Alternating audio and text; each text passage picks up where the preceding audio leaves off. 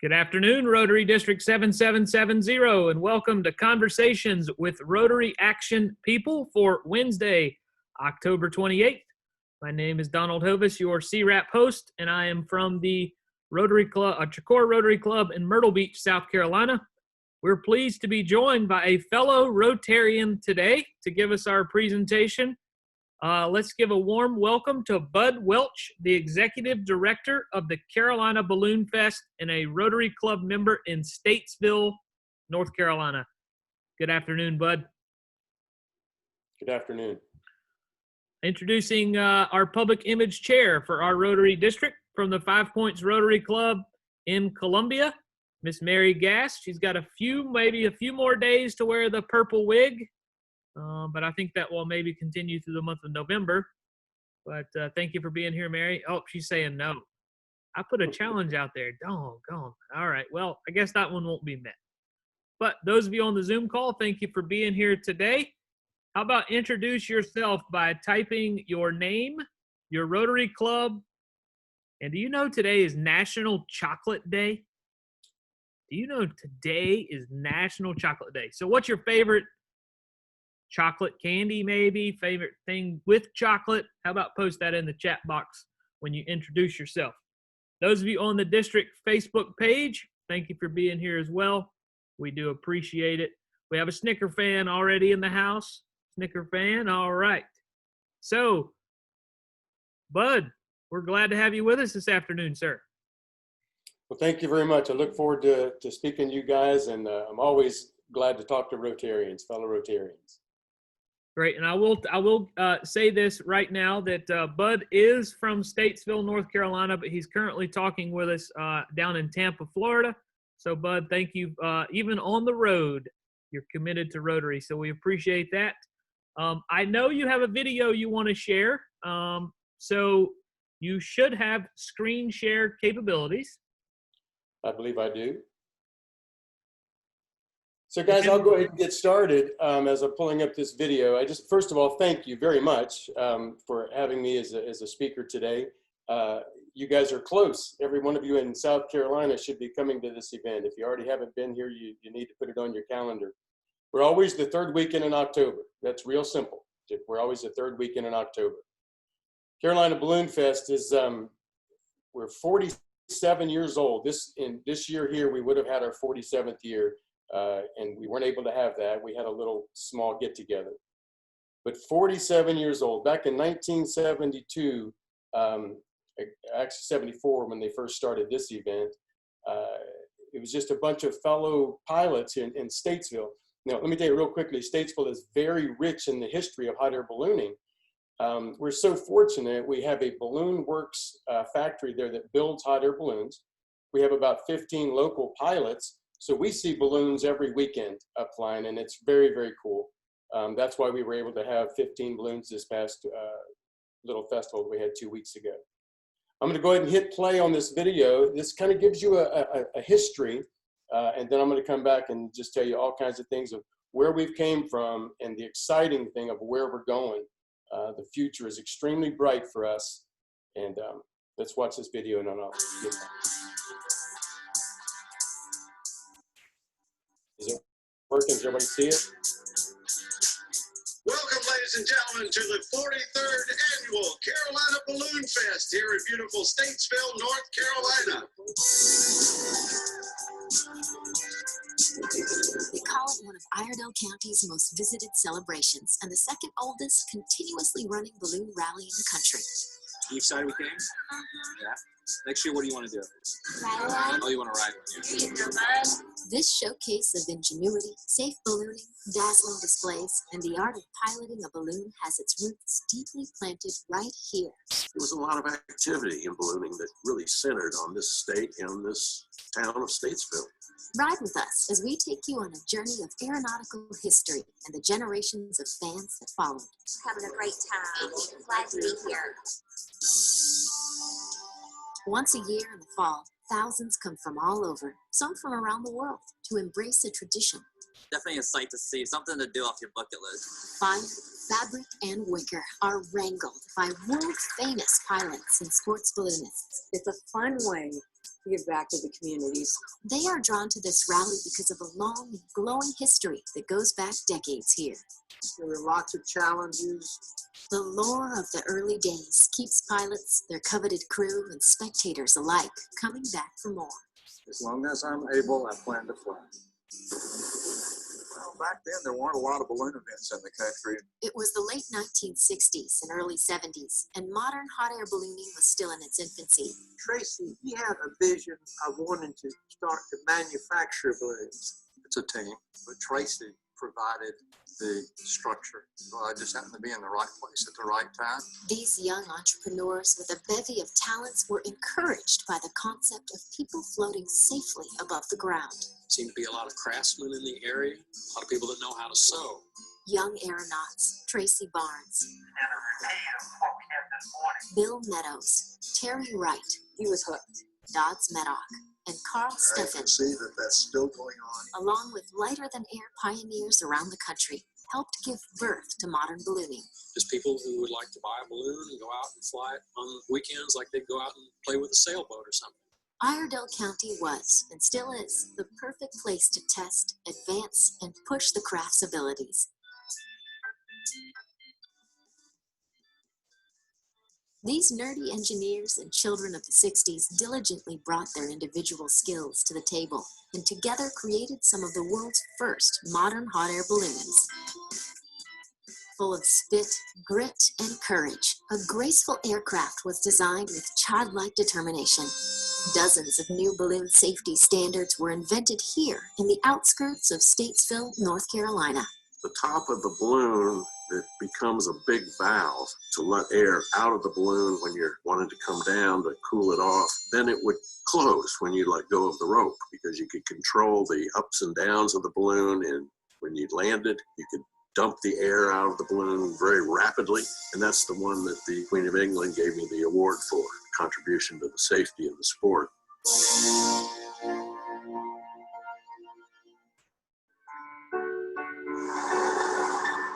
If only these fields could talk.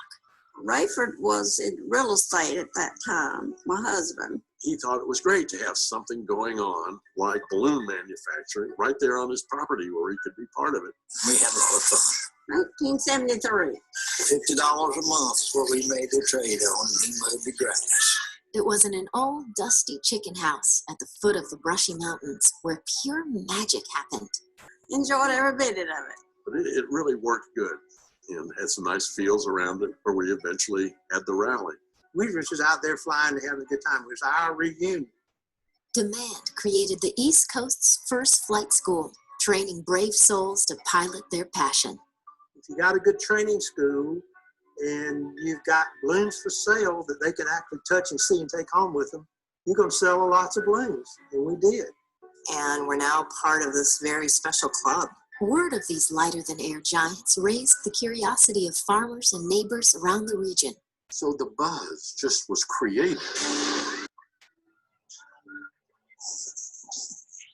Because they had never seen this before. Just the simple fact that we flew the balloons and they started flying all over the county. Within a couple of years, the crowd started showing up in the press. And it just gradually evolved into more and more balloons, more and more people coming. And today, modern hot air ballooning has spread around the world. I mean, everywhere. Even Malcolm Ford's, how nice it was to meet him and his two sons. For almost half a century, Carolina Balloonfest has excited its fans with many memorable moments, like the Balloon Walker, John Nidomia's unbelievable cluster balloon flight, Tracy Barnes' solar balloon, surprising special shapes, our famous balloon glows, and so much more. And it's just a wonderful thing to be a part of. Our must-tell story still burns bright and prompts us to never forget those early days and the creative minds who shared their passion with the world and with this small American town. The thousands of people over these 40-something years that have come, that have gone back to their communities and talked about what they just saw. And today, which would bring more people back. And no matter the rough times, it was quite a journey. This community would never, ever lets this festival drift away. It has made a lot of money that has been given to charities and has helped a lot of people in this community. You can't put a price tag on an event that does that. Our yet-to-come full-length documentary will go into detail about that band of brilliant thinkers who forged something phenomenal in the world. Rayford is one of the key reasons Tracy went here rather than Greensboro or some other city. And their creativity that evolved into Carolina Balloonfest, the exciting celebration that puts Statesville on the map.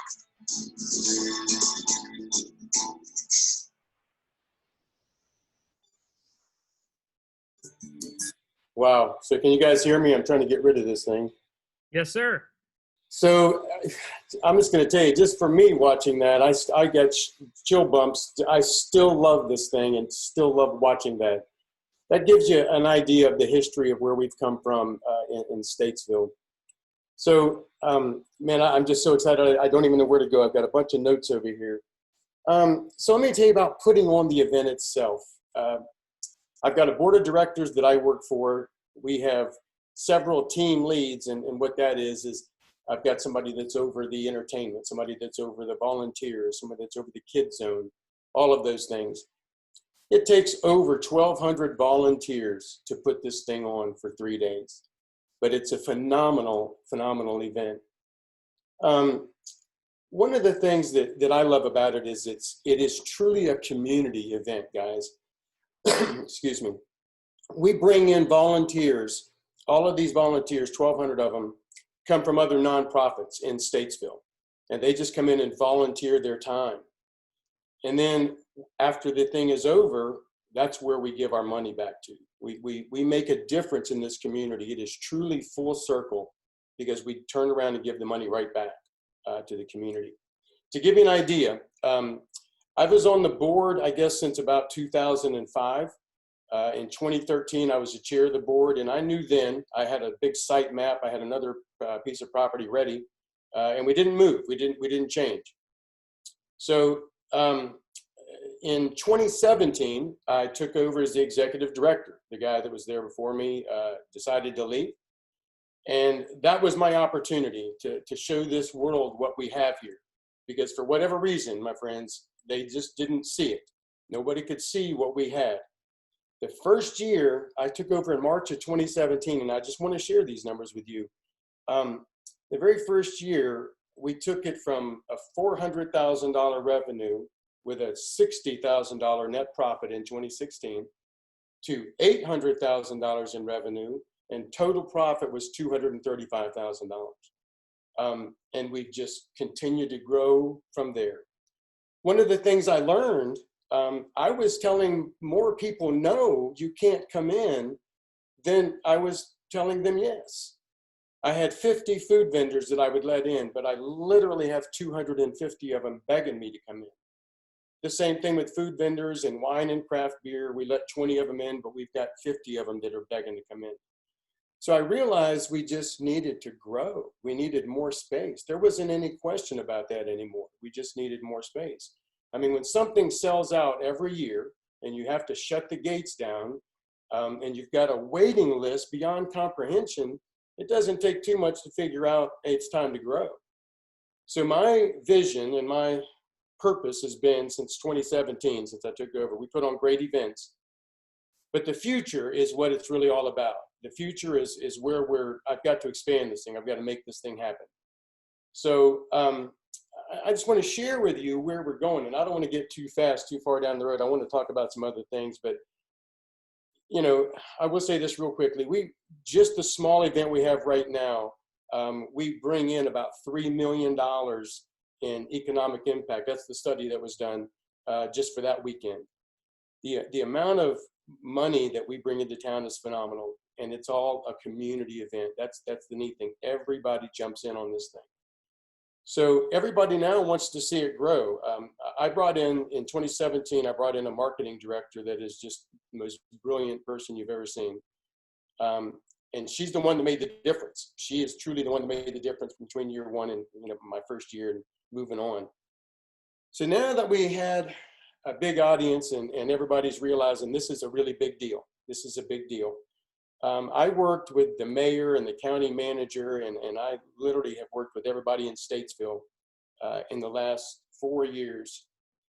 And I've been out selling my soul to these people, wanting to grow this thing, wanting to make it bigger. This is an opportunity. This is an opportunity.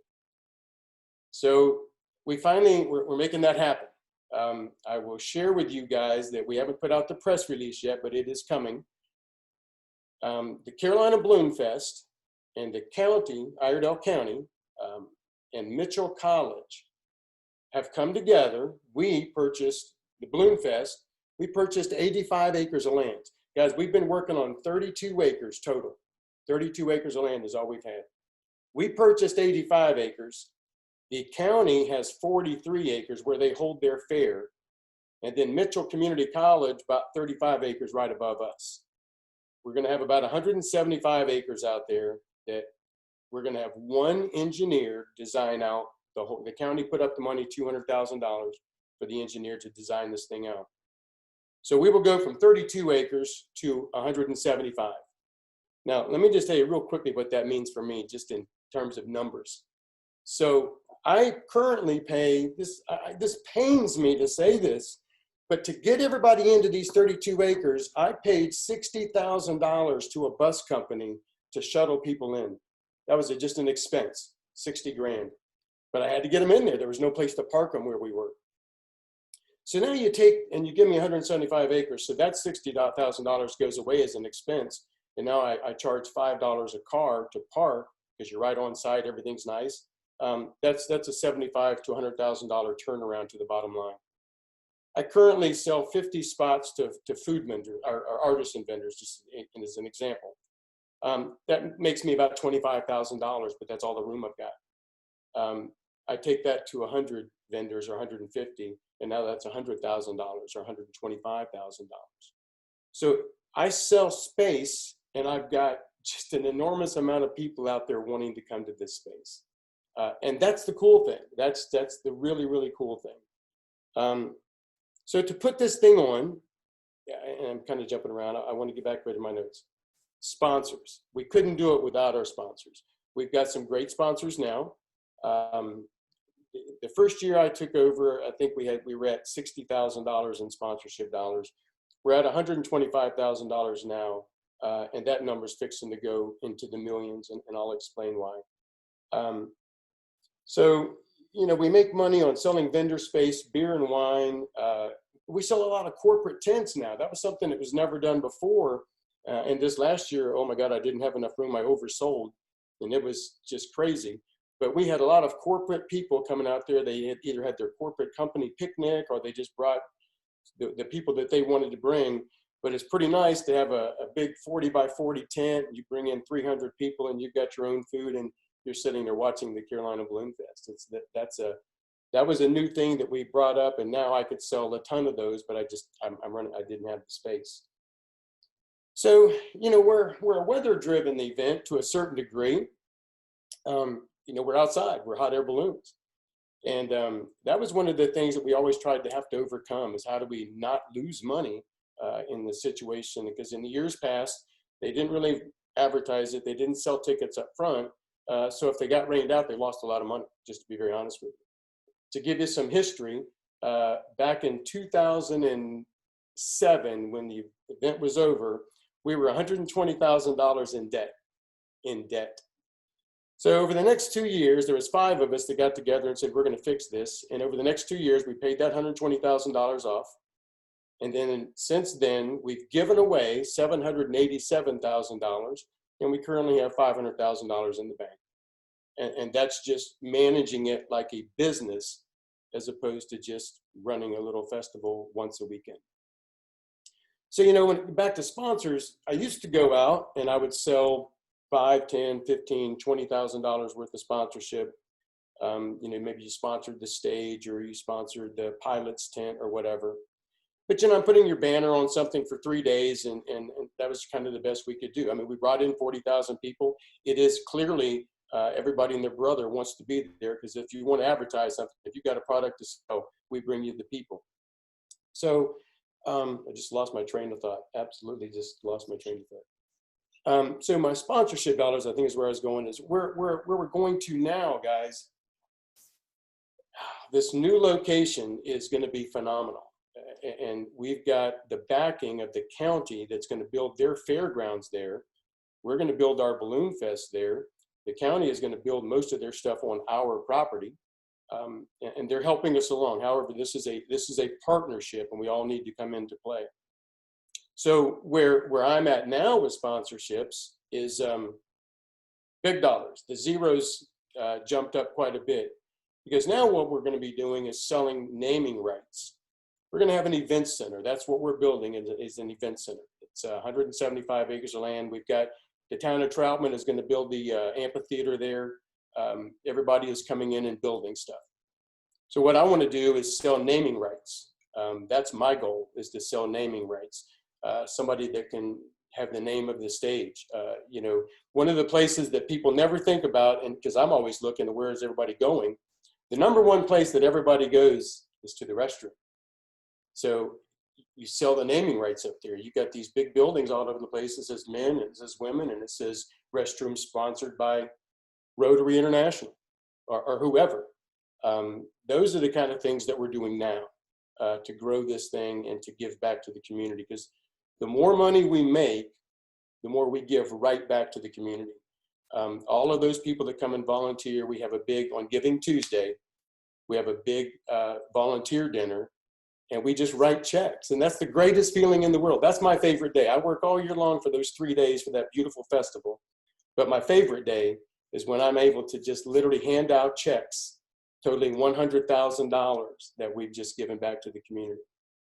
And that's really what it's all about for us. And we want to do more. We just want to give back more. And we know that we can. The Balloonfest is, it's like an addiction. Balloons truly make people happy. They just make you smile. And when you come, you're going to come back. You're just going to come back. So our future is extremely bright. Look at, I mean, we just, I couldn't be more excited about where we're going. And looking back at the history of where we've came from, some of those guys put in a lot of hard work. And you heard Tracy Barnes, you know, he got an award from the Queen of England for his safety thing. These guys are deeply rooted in this. We're blessed in Iredell County to have the deep roots of the hot air ballooning right there with us. Does anybody have any questions? Because I can just keep rambling, but does anybody have any questions at all? None have been posted in the chat box, but just to kind of, you know, maybe get some questions going. You mentioned before we really started that you just had your festival. It was a little bit different of a festival this year with 15 balloons in participation. But for those that didn't hear your comment earlier, what's like your maximum number? So, yeah, real quickly, let me just touch base on this last one. I will tell you guys, I've been involved in this thing for many, many, many years, and been the executive director since 2017. And I told many people in Statesville, I know how to put on the Carolina Balloonfest, but I didn't know how to not put it on. I struggled this year of not putting on the Carolina Balloonfest. However, we got through it. We had 15 balloons, which was wonderful. I mean, it was truly wonderful. People were driving and they pulled over in their cars and stop and stare. However, we normally have about 60 balloons. In 2019, we had 58. With the new location, my goal is to have 125. That's where we want to go. And it just changes the skies. I mean, it's absolutely just beautiful. So, you know, from what we had with 15 and what we normally have with 58 or so, to get up to 125 on a new location, I think is extremely exciting. And we see that coming. We just absolutely see that coming. Excellent. So I see a question here. How do you get into a hot air balloon ride? Is that what? Yeah. So, oh man, that's the best part of it. And that's, the pilots love our event because they make a ton of money. They sell rides during the event. Now we're fortunate because we've got hot air balloon pilots all over the Iredell County. As a matter of fact, just yesterday, I got a call from some of our pilots and said, hey, can you crew for me this weekend? We've got some flights. And I'm like, sorry, I'm in Florida. But the local pilots that we have are just incredible. And I forgot I was going somewhere else with that. To get into a ride, it's about $250 a person. And they fly anywhere from 30 minutes to an hour, just depending on what the winds are and how, you know, the weather. The weather is everything to them. But it's definitely a bucket list thing. And let me touch on this. We talked to Mary earlier. I was talking about this. For those of you that have a fear of heights, that just simply truly goes away in a hot air balloon. And I don't know why. I can't explain it. It's just one of those things. I won't climb up on a ladder and change a light bulb, but I will get in a hot air balloon and just have the time of my life. It truly is breathtaking. You just don't get that sensation of flying and freaking out. So it's very, very nice. It's something you've got to experience. Try it at least once. Try it at least once. What is the cost of entrance? So we have a great festival, and I think we make it extremely affordable. One of the things that I'm very proud of, guys, is kids 12 and under are free. And then we've got this gigantic kids zone, and I mean, it's huge, and all of that is free. So we make that a very affordable, just to bring the family. But to give you an example, like on Friday nights, we charge $10 to get in. On Saturday, it's $20 in advance and $25 the day of. And on Sunday, it's $15 in advance and $20 the day of. And then we've got a weekend pass that we've started to sell more and more of those. They're $35 in advance and they're $40 at the day of the show. So that's kind of the cost to get in. We keep, you know, we've got beer and wine at stations around, but then we have a craft beer and wine village kind of a thing. People will buy a ticket to go in there and do the tastings. That's one of the real big things. Now we have a thing called a patron pass as well. And that's what I would do if I was buying a ticket. It's $300 for a couple, but you get your entrance all weekend long, and you get to go into the VIP tent where they have all the drinks that you want and all the food that you want all weekend long. I mean, breakfast, lunch, and dinner, and then there's always food laying out. So that's really, if you want a fixed cost, that's the best way to do it. That really is. Is the 3-day fair, does the local hotels? Yes, the local hotels work with us. In fact, I take over most of the hotels, it seems like, with just pilots and people like that. 2 or 3 of the hotels, we just filled up with pilots and crew. So every balloon that you've got a pilot, and you've got at least 3 or 4 crew members. So yeah, we fill up, but everybody works with us in Statesville. This has been going on for 47 years. So all the local restaurants know that people are coming in, and everybody is putting out specials and trying to do things to get people to come from that festival down to downtown. Let's see. How many people can fit in a basket? So that's the question here. That's a good question, because here's the one thing that people say, yeah, I want to get in a balloon ride. And the first question I have to say to you is, how much do you weigh? And then sometimes they don't want to talk back to me anymore. But a balloon, you're flying with air and gas, and the weight in the basket is a big difference. So the pilots will always determine what the weight is of each person getting in to determine what size basket that they can fly in. We've got several. If a basket is in a triangular shape, then you will know that it came out of Iredell County, out of Balloon Works up there, Firefly Balloons. That's their thing. There's all the triangle balloons came out of there. You can put about 3 people if they're not huge in there. But then they have the baskets that are bigger. You've got some that can fit 10 or 15 people. We don't have many of those at the Balloonfest, but you can. Usually 3 or 4 people at the most. Now, if you want to come to the Balloonfest and just kind of test the waters, we have several balloons that just do tethering.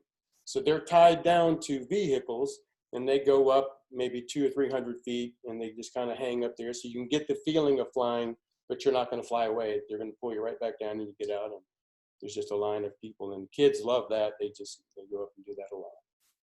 So overall, the festival is just, it's a wonderful family event. That's what we pride ourselves on. We have great music the entire time. We have, like I said, a great kids zone. We've got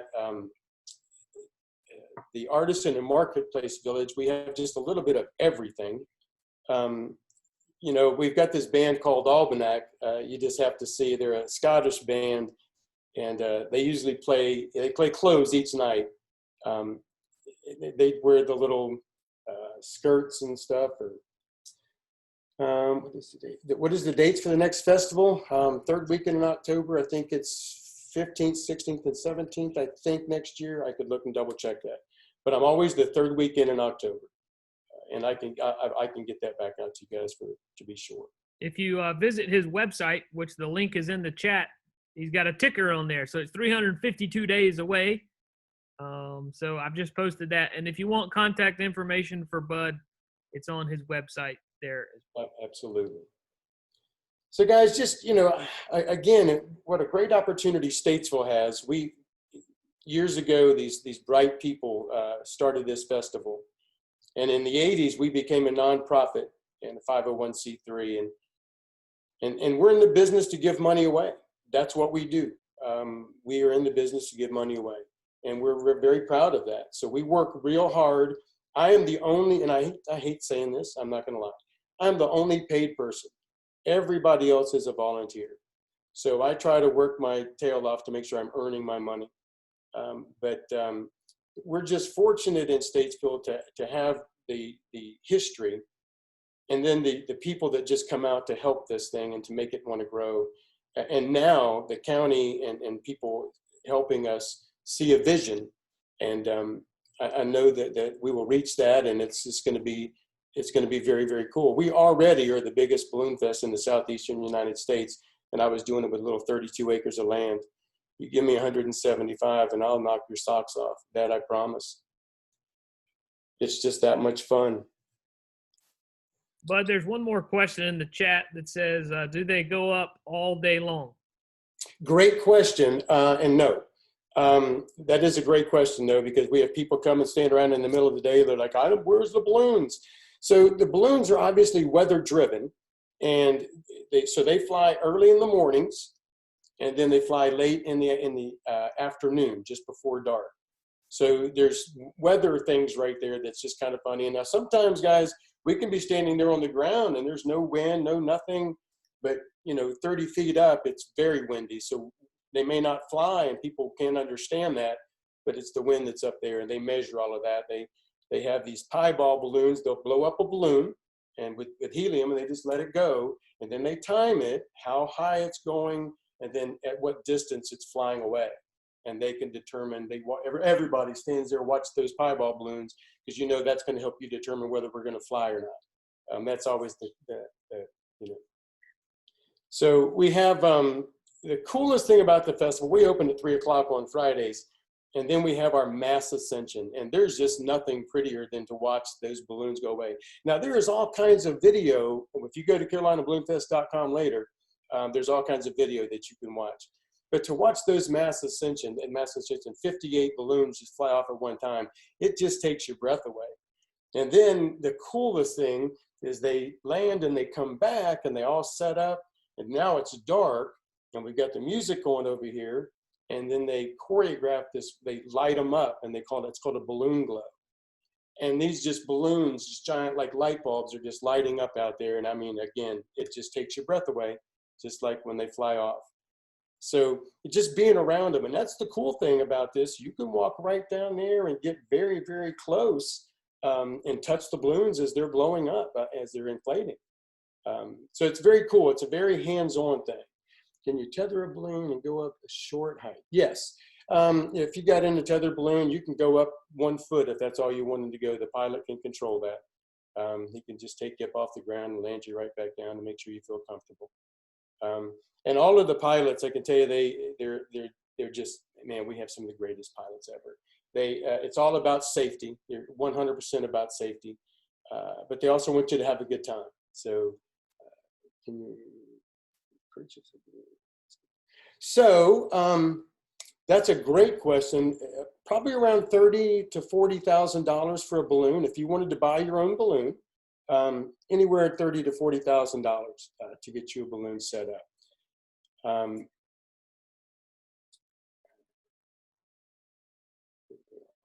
So that's a great question too. Where do they land after they launch? our balloon meister, Daniel Sasser, he made a statement one time, and I had never thought about this over all the years I've been involved.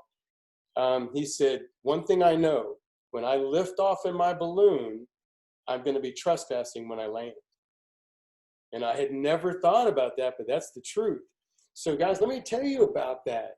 So even in our county, we have balloons all the time, and they take off, and they don't have a park and reverse or anything. It's the wind, and you go, and then you see a big field, and you lower yourself down. Now, a lot of them have learned, they get real close, and they wait for somebody to come outside, and they'll say, can we land here? Is it okay? During the Carolina Balloonfest, we asked the entire community to lay out white sheets in their fields if that's their signal to say it's okay to land. Because guys, just in this day and age, wow, we have had, just 2 years ago, we had a guy land, a balloonist land in this guy's field, and he came out with his shotgun and told them all to get off the property and wouldn't let them drag the balloon out. So you've got those that just, I don't want you to land here. I don't know what it was. Maybe it was some corn or something, I'm not sure. But I mean, overall, the community is just, the community loves it, and you can land in people's area, in their property. The pilots have this really neat thing when they land. They have this, they always open up a bottle of champagne, and they toast their passengers and the homeowners that they land on their property. They'll toast the homeowners.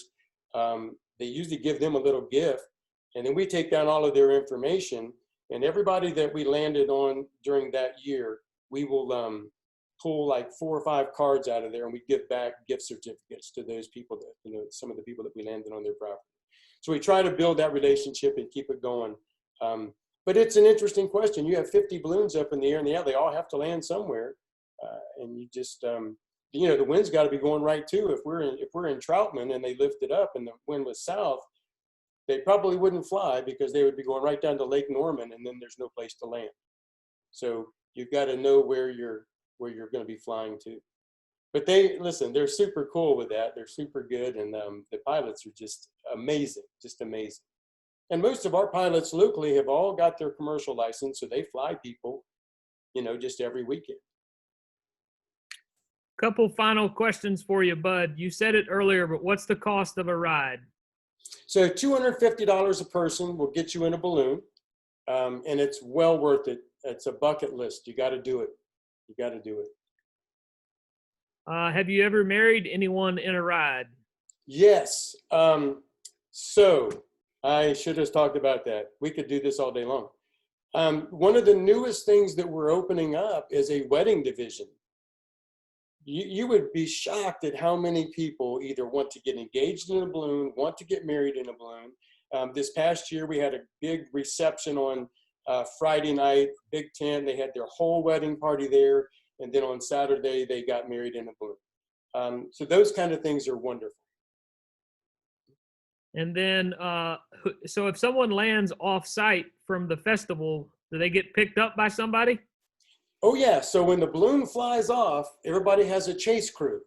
So you pull in a little van or a truck and trailer, and you set up your balloon. Well, they put the fan and all of the stuff back in that trailer, and as you fly off, you've got a radio and they've got a radio.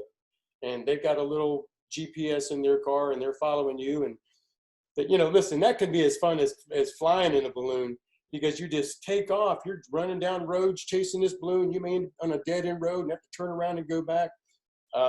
It's really challenging. It's a lot of fun to chase this balloon up there. We did this past weekend for an hour, Saturday morning and Sunday morning and Saturday night. We chased balloons for an hour, and it's just, I mean, it's a blast. You think you're going in the right direction, and then you're not.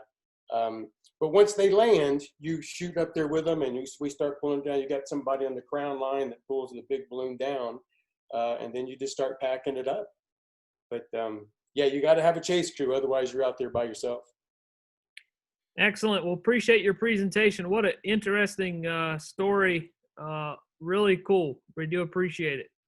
Well, guys, thank you very much for letting me be on here today. I truly appreciate it. And listen, you guys are in South Carolina. You're close. So come and see us the 3rd weekend in October. Thank you very much. You're welcome. You're welcome. And as I mentioned earlier, today is National Chocolate Day. So we heard a lot of people, or we saw a lot of people post their favorite chocolate in the chat box. You know, today is also National Make a Difference Day. And as Rotarians, we make a difference every single day. So today is really our day. It's also National Internal Medicine Day. And, you know, I just said we made a difference, but this might be my first one, especially with what we're going through right now. If you know a first responder, please reach out to them today, because today is National First Responder Day. So thank you to those first responders for keeping us all safe out there on a daily basis. Bud, thank you again so much. Thank you guys very much. Coming up on Friday, you got your Halloween costume ready? You know your Halloween trivia? We want to see it. We want to hear it. It's going to be a very open mic session for CWRAP as we do Halloween trivia on Friday. Join us at 11 o'clock for that.